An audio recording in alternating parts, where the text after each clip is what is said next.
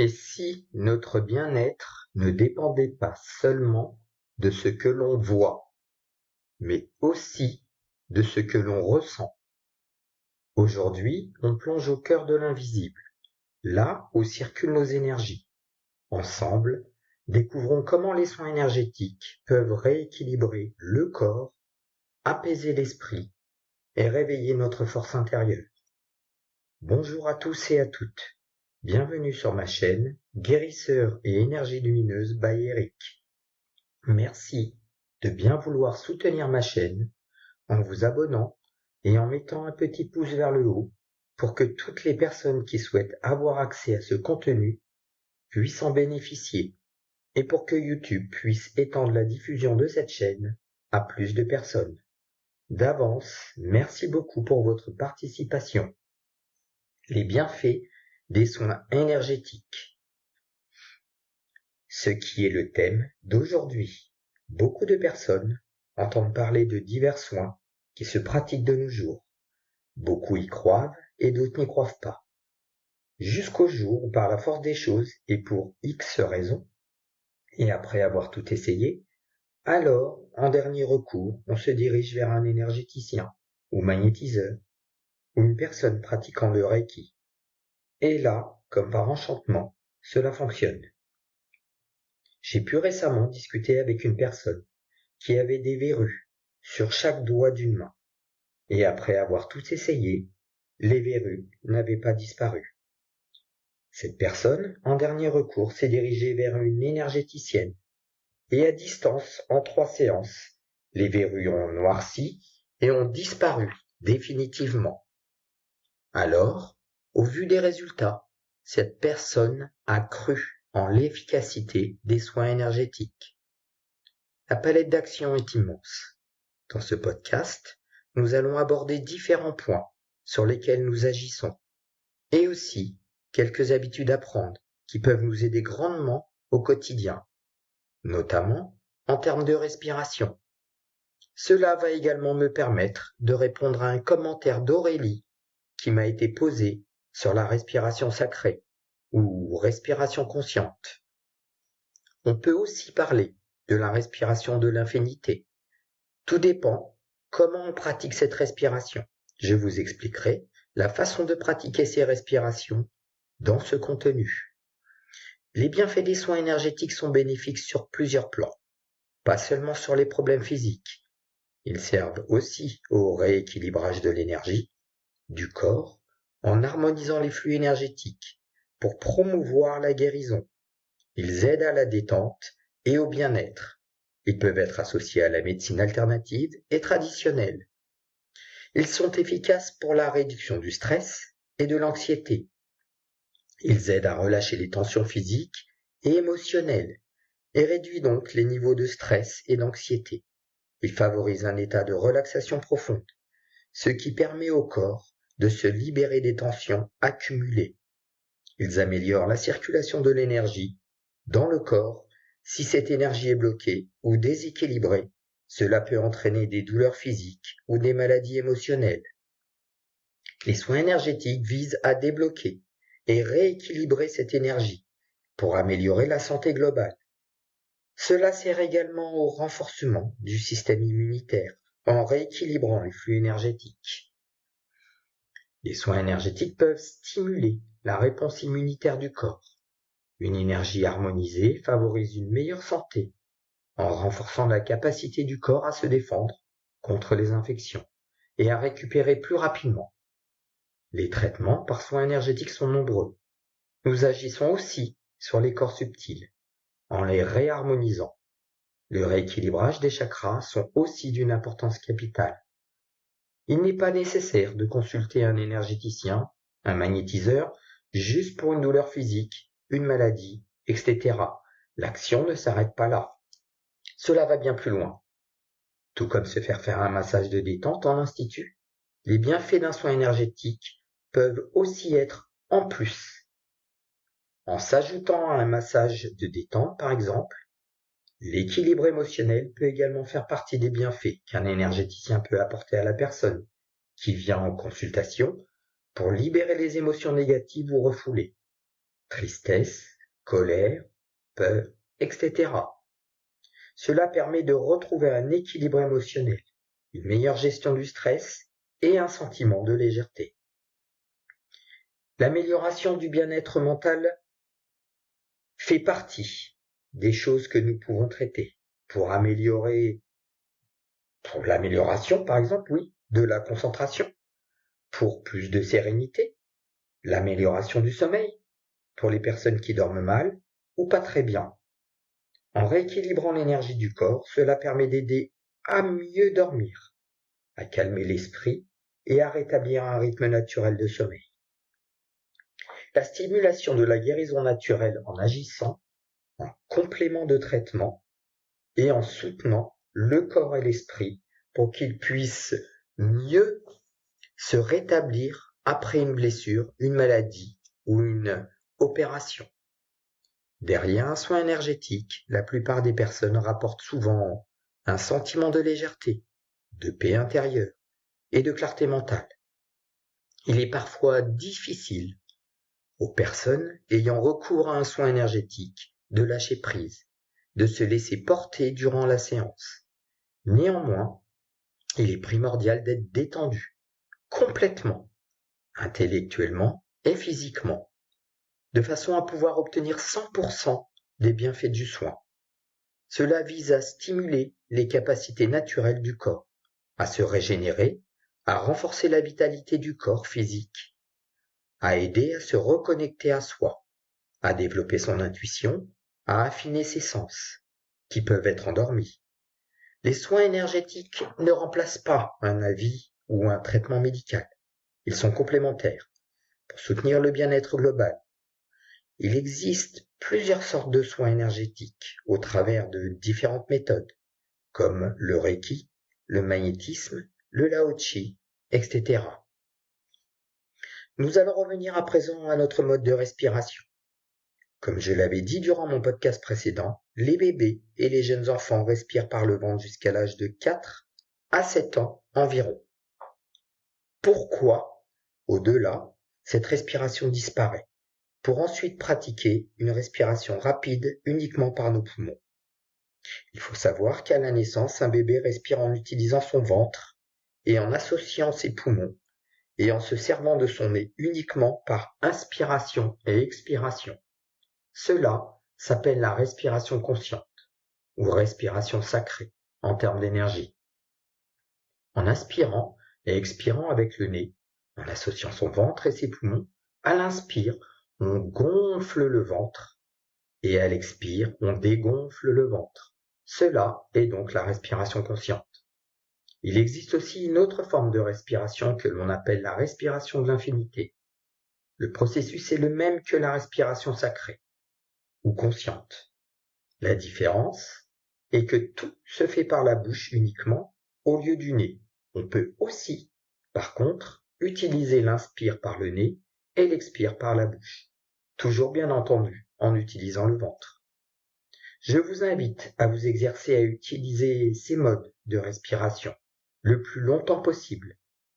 Le mieux, ce serait de pouvoir respirer continuellement ainsi. Mais hélas, vous vous apercevrez qu'il est très difficile de garder ce mode de respiration dans le temps.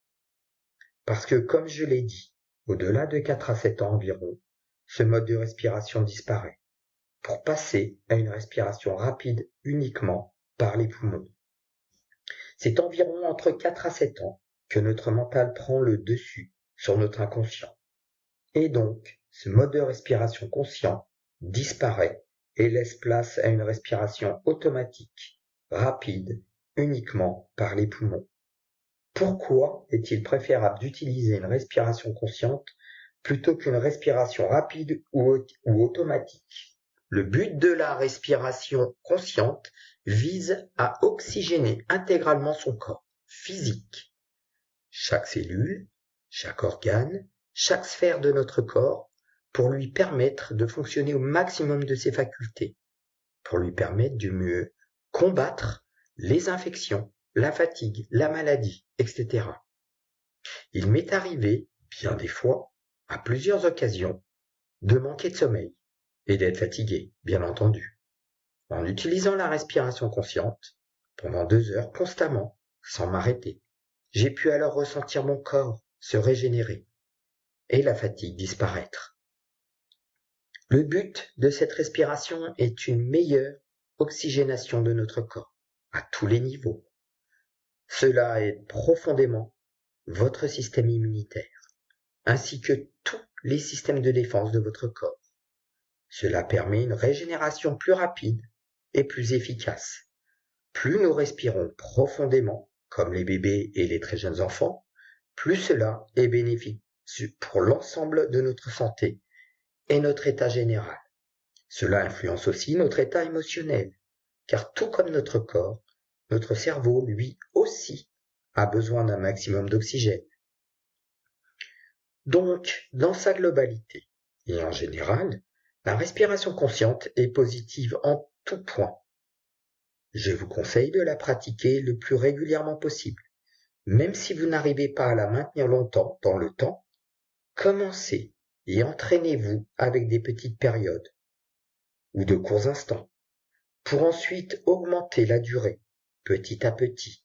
Et vous verrez, au fur et à mesure, vous ressentirez un bien-être mental et physique s'installer dans votre corps.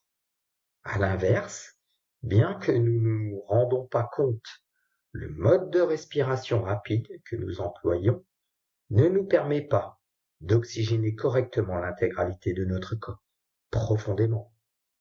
Ce n'est pas sans raison qu'un bébé arrive au monde en utilisant la respiration consciente.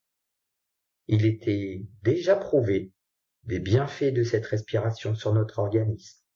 Elle est également utilisée avant d'entrer dans un état méditatif, par exemple, ou aussi avant un soin énergétique, ou avant un massage de détente, ou même en hypnose. Alors, comme je l'ai dit auparavant, il existe plusieurs méthodes en énergétique qui portent des noms différents, mais dont les techniques sont très proches ou similaires. Certains énergéticiens utilisent le Reiki. D'origine japonaise, le praticien canalise l'énergie universelle et la transmet par apposition des mains. L'énergie agit là où le corps en a besoin, sans intervention de la volonté, et donc dans un lâcher-prise total, et sans la moindre intervention du mental concernant le praticien. Et théoriquement, il doit en être de même concernant la personne ou l'individu qui bénéficie du soin. Et j'insiste particulièrement sur ce point parce que souvent, le mental intervient et cherche à contrôler les choses. D'où l'importance de lâcher prise intégralement, que ce soit la personne qui profite du soin comme le praticien qui lui fait intégralement confiance à son intuition et en ce qu'il fait. Le Lao Chi est une technique plus récente, aussi transmise par les mains, qui élève le taux vibratoire de la personne, favorise l'ouverture spirituelle et la régénération profonde. Le magnétisme est une approche différente des soins. Les mains sont également sollicitées dans ce genre de soins. À la différence d'un soin énergétique, le magnétiseur capte et dirige son propre fluide vital pour rééquilibrer celui du consultant. Cela peut également soulager des douleurs physiques, brûlures, tensions, inflammations, migraines, etc. Il existe d'autres méthodes de soins dont nous n'avons pas parlé précédemment, comme les soins chamaniques, énergétiques, intuitifs, cristallothérapie, etc. D'autres méthodes s'appuient sur la vibration des sons, des pierres ou sur l'intuition du praticien. Il m'est arrivé de bénéficier de soins par l'intermédiaire de bols tibétains ou bols cristal. Nous sommes tous plus ou moins réceptifs aux sons émis par ces objets. Pour ma part, je suis très réceptif au bol tibétain, ainsi que au bol cristal.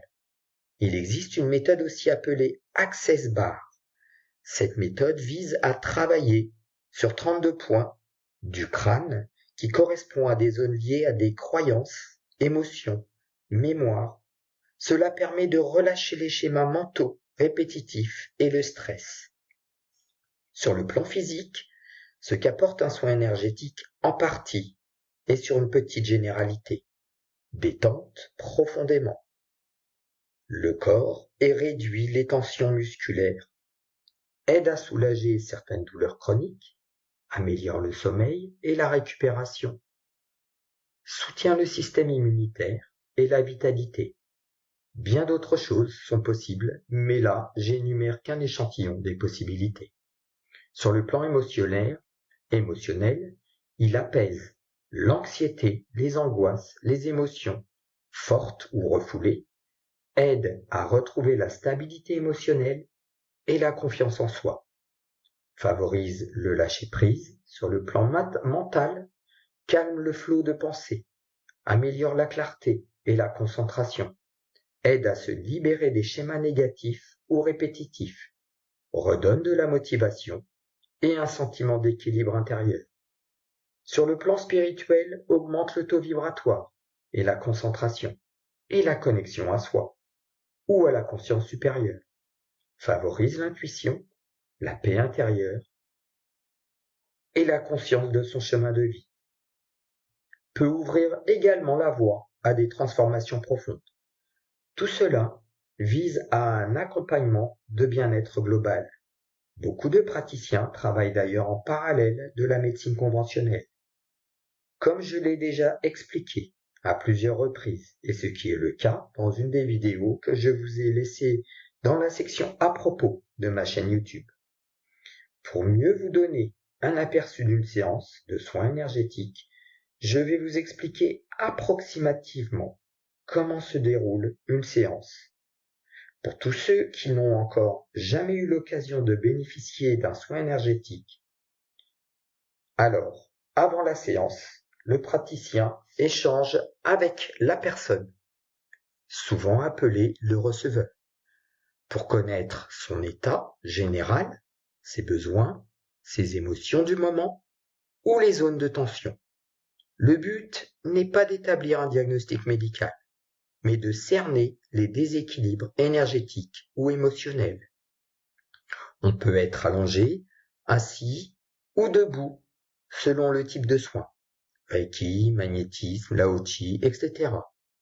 Il est recommandé d'arriver dans un état d'ouverture, sans attente particulière, simplement prêt à recevoir. La préparation de l'espace, l'ambiance est souvent douce et apaisante, musique relaxante, lumière tamisée, encens ou huile essentielle. Le praticien alors se centre en utilisant son propre protocole pour se connecter à l'énergie universelle ou à son canal de soins avant de commencer. Cela peut prendre un certain temps selon chaque praticien. Le déroulement du soin, la transmission de l'énergie. Le praticien place ses mains à quelques centimètres du corps ou directement dessus, selon la méthode. Des outils peuvent être utilisés aussi, ce qui est mon cas d'ailleurs. Il canalise et dirige l'énergie vers les zones du corps ou les chakras qui en ont le plus besoin. Le soin peut durer de 30 minutes à 1h15 selon les pratiques et selon chaque cas. Et selon chaque cas ressenti également. Il est possible, pendant le soin, que chaque personne vit l'expérience différemment. Ça peut être une sensation de chaleur, des picotements ou des frissons, une impression que l'énergie circule ou que certaines zones travaillent. Il peut y avoir aussi une détente profonde, parfois une somnolence ou émotion qui remonte due à une libération énergétique. Et parfois, on ne sent presque rien, mais cela ne veut pas dire que rien ne se passe. L'énergie agit également subtilement. Alors après le soin, il y a ce qu'on appelle la phase d'intégration. Après la séance, le praticien prend quelques minutes pour échanger ce qu'il a ressenti et ce que la personne a perçu. Il peut recommander aussi de boire beaucoup d'eau pour faciliter l'évacuation des énergies denses. Les effets du soin peuvent se prolonger pendant environ 24, 72 heures, voire même une semaine. une sensation de légèreté, clarté mentale, sommeil profond. Parfois un léger nettoyage émotionnel se produit. Fatigue, émotions qui refont surface, ce qui est tout à fait normal. C'est une phase d'harmonisation. Les bienfaits après plusieurs séances, donc certaines personnes ressentent un apaisement immédiat, d'autres remarquent des changements progressifs, meilleure vitalité, sérénité, confiance, moins de stress ou de douleur, plus d'ancrage et de clarté dans leur choix de vie. Voilà, nous avons pu faire aujourd'hui donc un résumé des bienfaits des soins énergétiques et ce que cela apporte dans votre vie. Bien entendu, là, je n'ai cité que quelques exemples, mais la palette des bienfaits est immense. J'ai pu également vous expliquer comment se déroule à peu près une séance. Alors, en espérant avoir pu répondre à certains de vos questionnements et en vous remerciant encore de votre écoute, si possible, abonnez-vous et laissez un petit pouce vers le haut. Cela m'aiderait beaucoup à faire connaître cette chaîne à bien d'autres personnes. Je réalise aussi donc des séances à distance ou en présentiel. Mes coordonnées sont en description de ce podcast. Merci infiniment à l'avance pour votre aide et encore pour votre écoute. Je vous dis à bientôt dans un prochain podcast. Au revoir.